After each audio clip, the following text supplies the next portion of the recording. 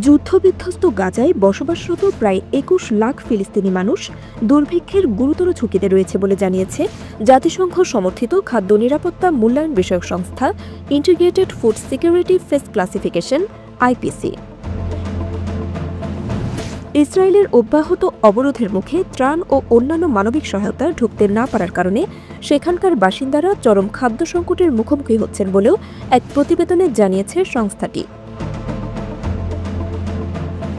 Integrated food security face classification বা IPC মূলত জাতিসংঘ দাতা সংস্থা এবং বিভিন্ন দেশের সরকারের সমন্বয়ে পরিচালিত একটি সংস্থা, যাদের মাধ্যমে আন্তর্জাতিক মহল একটি এলাকায় দুর্ভিক্ষ হতে যাচ্ছে কিনা সেটির প্রাথমিক মূল্যায়ন করে থাকে। সোমবার প্রকাশিত আইপিসির সর্বশেষ প্রতিবেদনে বলা হয়েছে, ২০২৪ সালের অক্টোবরের পর থেকেই গাজার খাদ্য পরিস্থিতিতে বড় ধরনের অবনতি ঘটেছে। বর্তমানে সেখানে দুর্ভিক্ষ শুরু না হলেও পরিস্থিতি খারাপের দিকে যাচ্ছে বলে প্রতিবেদনে উল্লেখ করা হয়েছে।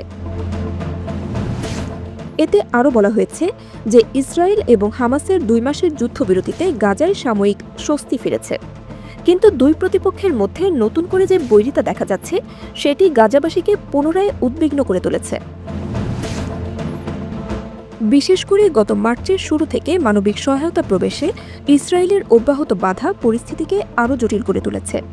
প্রতিবেদনে এটাও বলা হয়েছে, বর্তমানে গাজার প্রায় ২,৪৪,০০০ মানুষ তীব্র খাদ্য নিরাপত্তাহীনতার সম্মুখীন হচ্ছেন। এ অবস্থায় দুর্ভিক্ষের ক্রমবর্ধমান ঝুঁকি রোধে জরুরি পদক্ষেপ নেওয়ার আহ্বান জানিয়েছেন আইপিসি। গত মার্চ মাসের মধ্যভাগ থেকে গাজায় আবারও অভিযান শুরু করে ইসরায়েল সামরিক বাহিনী। এরপর গত ২ মাস ধরে সেখানে খাদ্য, ঔষধ সহ জরুরি ত্রাণ সহায়তা প্রবেশ করতে দিচ্ছে না।